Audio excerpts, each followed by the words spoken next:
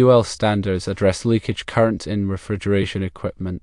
For refrigerant-containing products intended for indoor and outdoor use with an integral plug-in cord or direct plug-in connection, the ground leakage current cannot exceed 0.75 milliamps. This test involves connecting a 125 volts alternating current 60 Hz circuit through the grounded metal shell or framework, ensuring all electrical leakage paths remain intact. For refrigerant-containing products with electrical connections solely for integral components, a ground leakage current exceeding 3.5 milliamps is not permitted. This test is performed similarly, connecting a 125 volts alternating current 60 Hz circuit through the grounded metal shell or framework, with all electrical leakage paths intact. Regarding wiring connections, refrigerant-containing products using a flexible cord must have the cord strain relieved, and this strain relief cannot rely on a knot in the cord.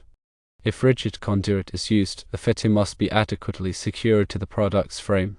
Connection to the power supply can be achieved in several ways. Firstly, through a cord with an attachment plug. Secondly, using a rubber or thermoplastic jacketed cord, type SO or equivalent, at least 4.5 feet or 1.37 meters long, extending through an opening in the enclosure, or through conduit secured to the enclosure and wired directly to the terminals according to section 5.133. Thirdly, via flexible conduit with fittings, or fourthly, through conduit. Capacitors connected to the compressor winding should not be subjected to a voltage exceeding 300 volts alternating current and a current exceeding 0.7 amps. These capacitors must not emit noxious gases during operation. Capacitors in motor start circuits or other switching applications should not experience a voltage above 600 volts alternating current and a current exceeding 1.0 amps. These capacitors also must not give off noxious gases during operation. All electrical connections must adhere to the appliance wiring standard ISA-61. The ground conductor should be the same copper conductor size as the ungrounded conductors and must be securely attached to the appliance frame. The enclosure frame is considered part of the appliance's electrical grounding system. Electrical terminals should be marked or identified to distinguish between the neutral and ungrounded conductors. If a supply cord is provided, it must be a minimum of number 18 American wire gauge stranded copper and have an appliance attachment plug. Conductors should be secured and protected to prevent physical damage and chafing. All electrical connections must be insulated with materials suitable for the application and the product's location. The product's internal temperature should not exceed 90 degrees Celsius under the conditions specified in section 4.10. Where capacitors are present and necessary for normal operation, their internal temperature should not exceed 122 degrees Celsius under the conditions specified in section 4.10. A means for connecting the equipment grounding conductor must be provided. This conductor should be connected to the grounded metal parts of the equipment. The current carrying parts of the equipment should not be used for the equipment grounding connection.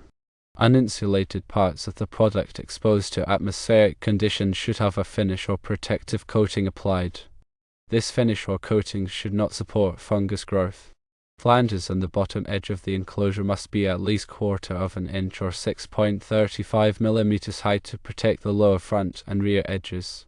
The total weight of the product should not exceed 300 pounds or 136 kilograms. A means to support the compressor piping combination is necessary.